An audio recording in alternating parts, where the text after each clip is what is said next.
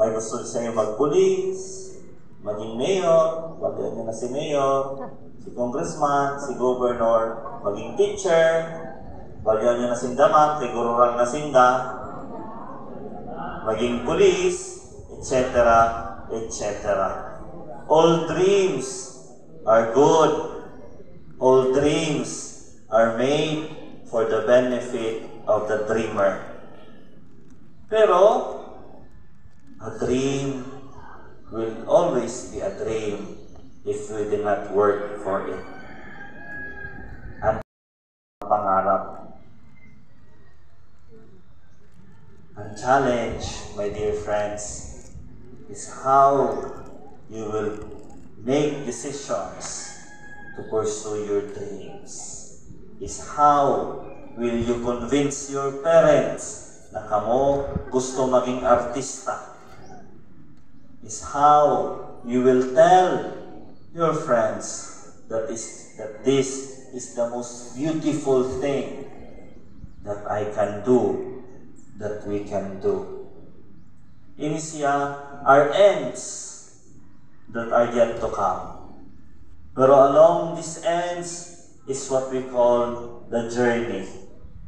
Sa atong paglakaton towards our dreams, dili lang kita ginasabihan na maging mahigos, dili lang kita ginasabihan na maging matibay, dili lang kita ginasabihan na mag-excel, but most especially, kita ginatugunan na magkaigwa sin puso na nagapasalamat.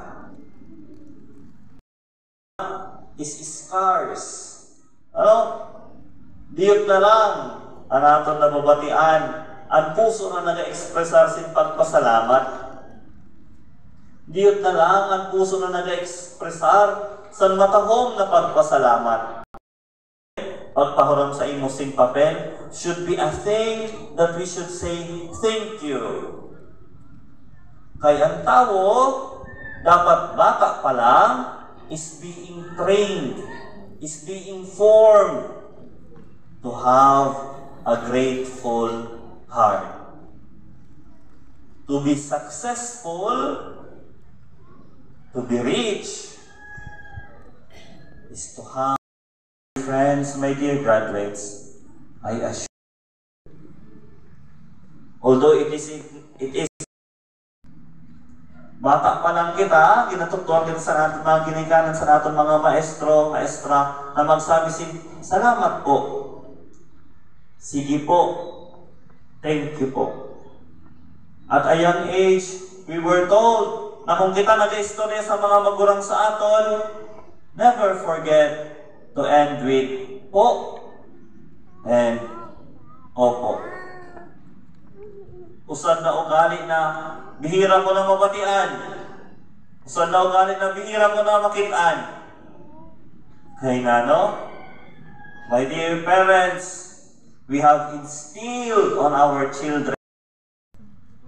Each parent, so are the teachers, are called to be discerning. Dili kay wise. Discerning sa mga bagay na paghimuon at ipaghahatag sa inyong mga anak. Pilipino para sa matatag na kinabukasan ng bagong Pilipinas. Aram niyo kung anong magkakaigwa sin panibag-o sa Pilipinas?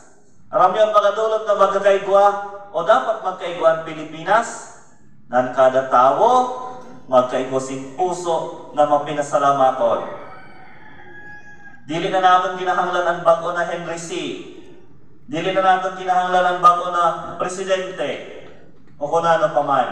Kundi ang kada tao makaaram na magpasalamat sa mga grasya na nababaton sa kada adlaw. Has few to no friends.